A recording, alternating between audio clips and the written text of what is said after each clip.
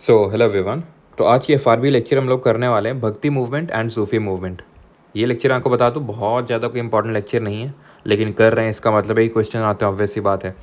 तो यहाँ पे जो भी बहुत ज़्यादा इंपॉर्टेंट चीज़ें हैं जैसे फिलॉसफी वगैरह मैं आपको बता दूंगा कि जिनसे क्वेश्चन आने के ज़्यादा चांसेस हैं, तो उसको आप रट लीजिएगा। बाकी जो पार्ट है वैसे तो यार सब इंपॉर्टेंट ही है इसमें, जो मैंने आपको पढ़ाया है। मैं जो इररिलेवेंट है वैसे भी मैं उस चीज़ को इंक्लूड नहीं करता हूँ जो मैं आपको पढ़ाता हूँ। तो जो भी मैं पढ़ाता हूँ तो बेसिस ऑफ PYQs काफ़ी सारी चीज़ें रहती हैं कि सो दैट कि वहाँ पे हम ज़्यादा हिट करें, जो कि आपका ज़्यादा क्वेश्चंस जहाँ से निकलते हैं। तो पहली बात तो उसी का ही माइंड मैप बना हुआ है, बट फिर भी जो नंबर ऑफ़ क्वेश्चंस आते हैं इस टॉपिक से वो बहुत ज़्यादा नहीं होते हैं। ठीक है, मतलब आते तो हैं क्वेश्चन लेकिन बहुत ज़्यादा नहीं होते। तो इस सेंस से मैंने बोला कि उतना इंपॉर्टेंट नहीं जितना कि बाकी चैप्टर्स इंपॉर्टेंट है। लेकिन करना क्यों है? क्योंकि क्वेश्चंस आते हैं, जैसे फिलोसफी से अभी जो SSC के रिसेंट क्वेश्चंस आए उसमें आते हैं।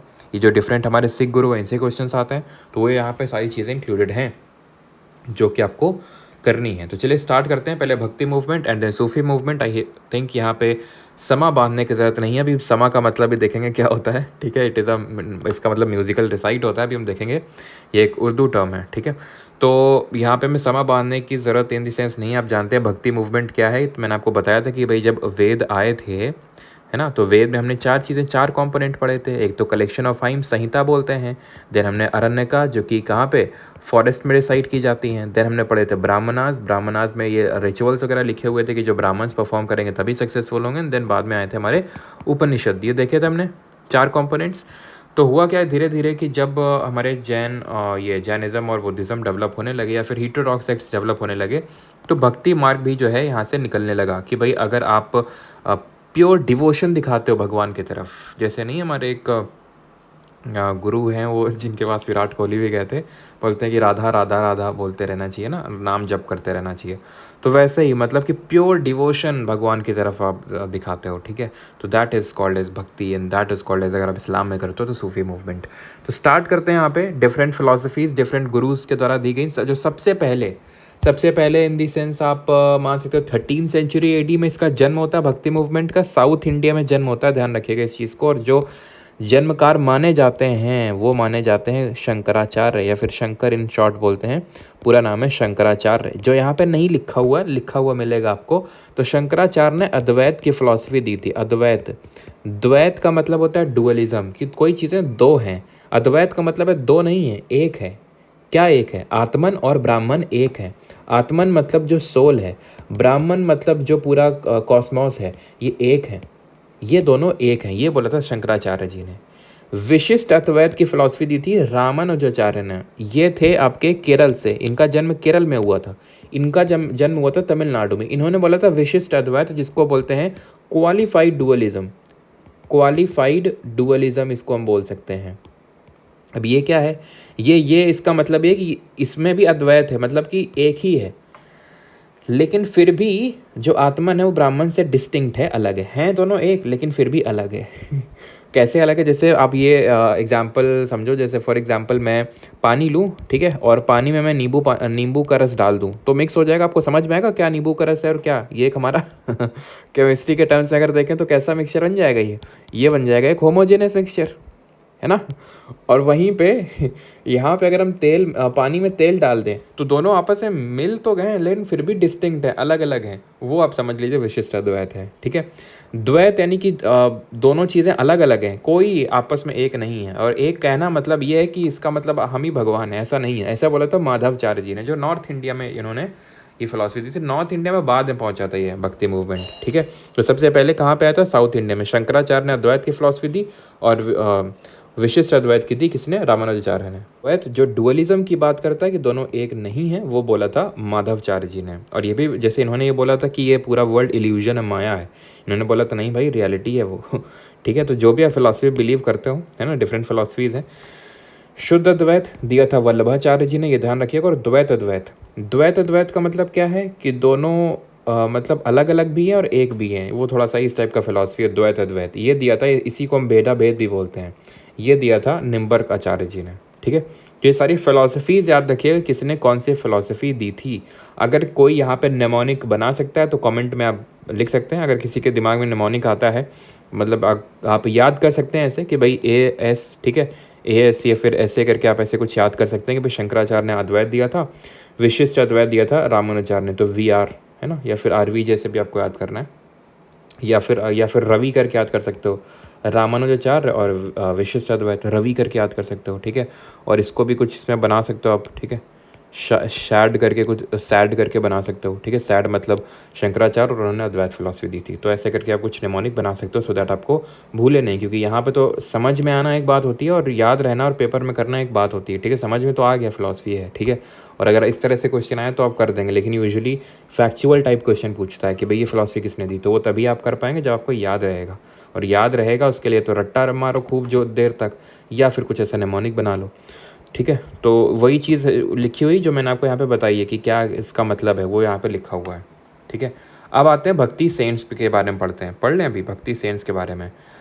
भक्ति सेंट्स के बारे में पढ़ें उससे पहले ये जो भक्ति मूवमेंट है महाराष्ट्र में किस तरह से फैला, तो महाराष्ट्र में विट्ठल स्वामी टेम्पल है आपका, विट्ठल टेम्पल कहाँ पे है, ये विट्ठल टेम्पल है पंढरपुर में, पंढरपुर में पड़ता है विट्ठल टेम्पल। ये पंढरपुर में विट्ठल, विट्ठल क्या है, तो विट्ठल है हमारे भगवान विष्णु, विष्णु जी को यहाँ पे मराठी में विट्ठल के नाम से जाना जाता है, ठीक है। तो विट्ठल टेम्पल पंढरपुर में ये जन्मा, जहाँ पे हमारे जनानेश्वर, नामदेव, एकनाथ, तुकाराम, ये ईयर याद रखना इंपॉर्टेंट नहीं है उतना, सेंचुरी याद रखिएगा भाई, 13 सेंचुरी AD की बात हो रही है, ठीक है। तो जनानेश्वर, नामदेव, एकनाथ, तुकाराम और रामदास, बस ये नाम याद रखना। और जैसे कि तुकाराम ने अभंग लिखे थे, which are kind of devotional poetries को अभंग के नाम से जानते हैं। रामदास जी ने 10 बोध लिखे थे, नामदेव जी ने वरकारी सेक्ट फाउंड किया था, ये इंपॉर्टेंट चीज़ें हैं, ये वरकारी सेक्ट किसने फाउंड किया था, तो नामदेव ने फाउंड किया था, ठीक है। और भावार्थ दीपिका लिखी थी जनानेश्वर जी ने, which is a commentary on Bhagavad Gita, and he is also considered as the founder of bhakti movement in Maharashtra. तो इंपॉर्टेंट चीज़ें ही लिखी हुई है, मैं क्या ही बोलूँ क्या इंपॉर्टेंट है और क्या नहीं। स्टार्ट करते हैं अभी किसमें, एक एक जो हमारे इंपॉर्टेंट है, जैसे कि रामानुजाचार्य के बारे में देख चुके हैं, इनका जन्म तमिलनाडु में हुआ था और उन्होंने विशिष्ट अद्वैत की फिलॉसफी दी थी। रामानंदा ही बिलोंग टू निर्गुण सेक्ट। अब ये निर्गुण सेक्ट क्या है वो समझो, तो है क्या कि इसमें भक्ति मूवमेंट में ये बिलीफ है कि गॉड का या तो फॉर्म है या तो नहीं है, मतलब एक ऐसा सेक्ट है जो बोलता है कि नहीं भाई गॉड का फॉर्म है, गॉड इस तरह से दिखते हैं, उनके सुंदर सुंदर बाल हैं, एकदम काली काली आंखें हैं, ठीक है। तो इस तरह से पूरा वो गॉड को डिपिक्ट करते हैं एक ह्यूमन फॉर्म में, उनको बोलते हैं सगुन, जिनको बोलते हैं गॉड इज़ फॉर्म्ड, गॉड का कोई फॉर्म है। और जो फॉर्मलेस गॉड की बात करते हैं वो निर्गुण सेक्ट से जैसे अगर मैं एग्जाम्पल कोट करूँ तो कबीर दास हो गए हमारे, बोलते थे ना कि मतलब ना तो मतलब हिंदू गॉड एंड गॉडेसेस को भी क्रिटिसाइज़ करते थे, इस्लामिक गॉड एंड गॉडेसेस को भी क्रिटिसाइज़ करते थे कि पत्थर पूजे हरी मिले तो मैं पूजूं पहाड़, है ना, यानी कि वो इन सब आइडल वर्शिप पे बिलीव नहीं करते थे और फॉर्मलेस वर्शिप पे बिलीव करते थे। कबीर दास हो गए, गुरु नानक हो गए, ये सब निर्गुण सेक्ट से बिलोंग करते थे, ठीक है। गुरु नानक भी हो गए हमारे, ये भी निर्गुण सेक्ट से ही बिलोंग करते थे। और अगर हम शगुन सेक्ट से बात करें तो शगुन में भी 2 आ जाते हैं, एक वो जो भगवान शिव के आर्डेंट फॉलोअर बने जिनको नयनर के नाम से जाना जाता है, बहुत इंपॉर्टेंट है, ध्यान रखिएगा इस चीज़ को कि नयनर कौन है, जो शिव जी को फॉलो करते हैं, और अलवर वो हैं जो विष्णु जी को फॉलो करते हैं। फर्स्ट फीमेल अलवर सेंट थी अंडल, ध्यान रखिएगा। वैसे तो हमारे काफ़ी सारे नयनर और जैसे आई थिंक 63 हमारे टोटल नयनर हुए और 12 अलवर हुए, लेकिन सबके नाम हमें याद नहीं रखने, बस ये अंडल के बारे में याद रखिएगा, she is the first female Alwar, ठीक है। तो ये चीज़ ध्यान रखिएगा कि किसके फॉलोअर्स को क्या नाम से जानते हैं, ये चीज़ क्लियर हुई आपको।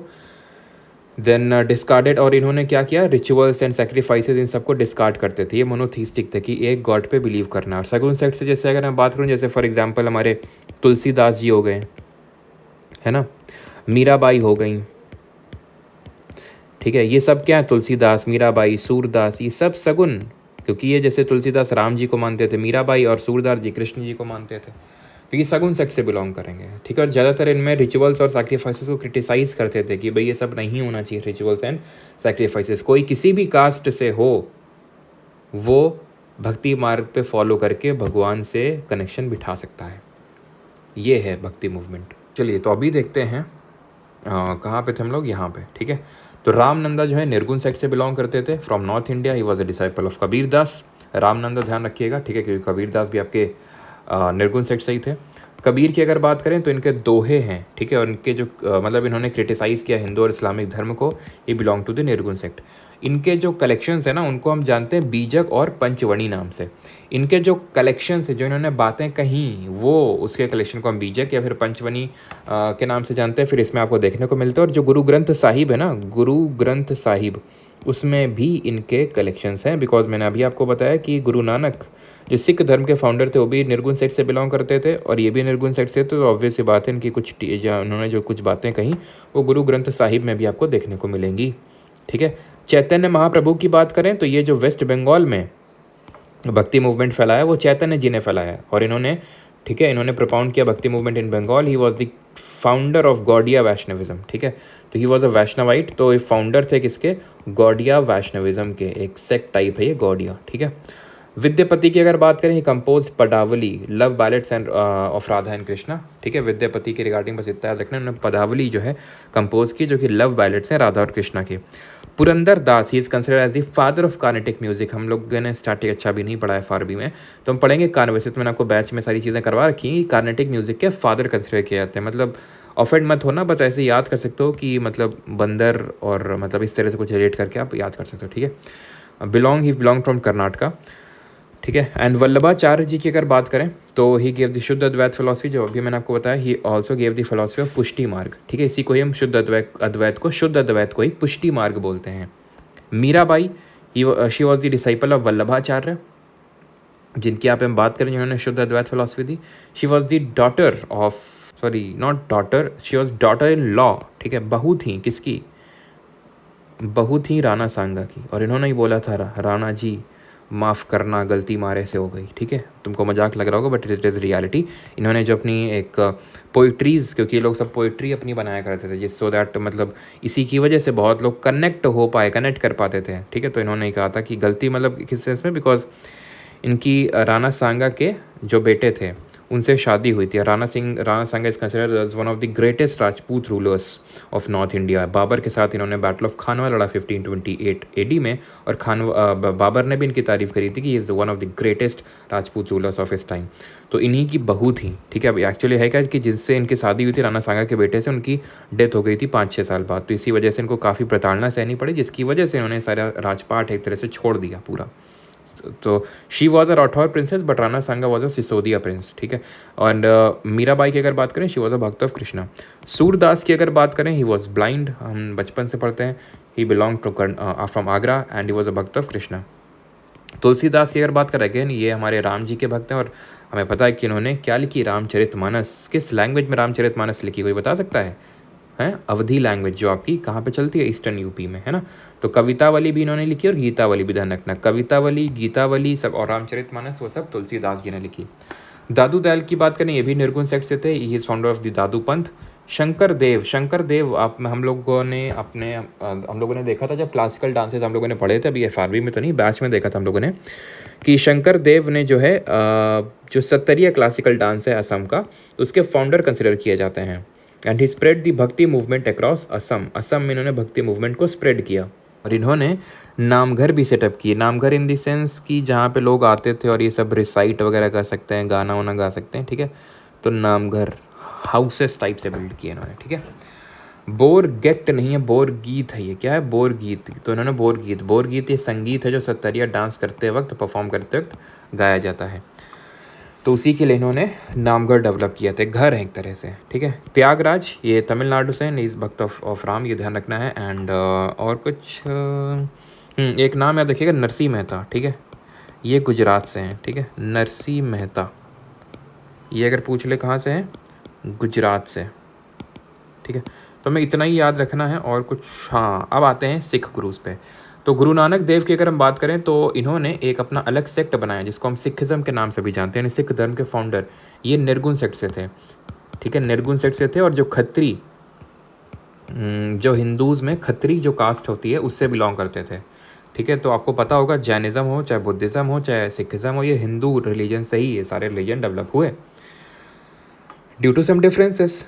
ठीक है, तो और ख़ासकर उसका एक रीज़न जो देखने को मिला, that was the orthodoxy of, या फिर जो रिजिडिटी थी जो ब्राह्मण्स की, उसकी वजह से थोड़ा सा यहाँ पे हमें ये रिलीजियस देखने को मिलते हैं। तो गुरु नानक देव की अगर बात करें तो फाउंडर थे और इनका जन्म हुआ था तालवांडी, जो प्रेजेंट डे पाकिस्तान में पड़ता है। डेथ इनकी करतारपुर में हुई थी। इन्होंने लंगर सिस्टम, जिसको कि कम्युनिटी किचन के नाम से जानते हैं, जहाँ पे कोई भी किसी भी रिलीजन का हो आपस में मिल बांट के बनाएंगे खाना और खाएंगे, ठीक है। इनके मतलब कि फॉलोअर डिसाइपल थे, इनका नाम था लहना, ठीक है, लहना, जिन्होंने नाम रखा गुरु अंगद देव। तो इन्होंने गुरुमुखी स्क्रिप्ट बनाई, जो गुरुमुखी स्क्रिप्ट जैसे कि हम इसमें पढ़ते हैं आपकी जो में होती है देवनागरी स्क्रिप्ट, वैसे इसमें होती है आपकी गुरुमुखी स्क्रिप्ट, ठीक है। तो ये ध्यान रखना है बस, गुरु अंगद दूसरे सिख गुरु थे और उन्होंने गुरुमुखी स्क्रिप्ट दी थी। तीसरे थे अमरदास साहिब और ही वॉज कंटेम्प्रेरी ऑफ अकबर, इसके अलावा इनमें कुछ याद नहीं रखना है। तीसरे हमारे चौथे थे हमारे Guru Ramdas ji, he founded the city of Amritsar, ठीक है, अमृतसर यहाँ पे इन्होंने फाउंड करी। एंड गुरु अर्जन देव की अगर बात करें तो ही कंपाइल्ड द आदि ग्रंथ इन्होंने कंपाइल किया and he complete the construction of golden temple, जो इनके टाइम पे स्टार्ट हुआ था गुरु रामदास जी के टाइम पे अमृतसर में ही, तो जिसको कि हम हमरिंदर साहिब के नाम से भी जानते हैं। तो गोल्डन टेम्पल इनके टाइम पे इसका कंस्ट्रक्शन कंप्लीट होता है गुरु अर्जन देव। और he was executed by Jahangir डर रहा था कि कहीं मतलब हमारे लिए थ्रेट तो नहीं है, जब ये अमृतसर डेवलप हुआ, गोल्डन टेम्पल डेवलप हुआ, तो ये डर गया जहांगीर, और उसकी वजह से इसने इनकी हत्या करवा दी गुरु अर्जन देव जी की, ठीक है।